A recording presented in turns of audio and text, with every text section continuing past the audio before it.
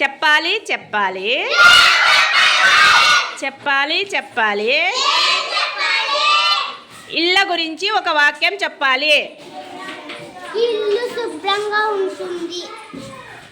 చెప్పాలి చెప్పాలి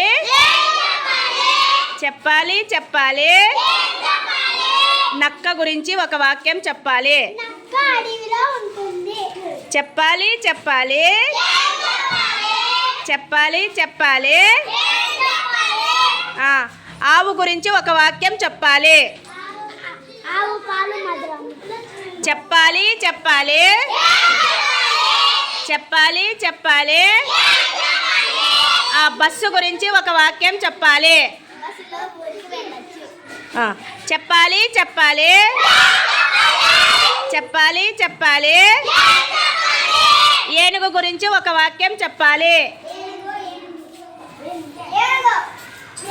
ఏనుగుకి తొండం ఉంటుంది.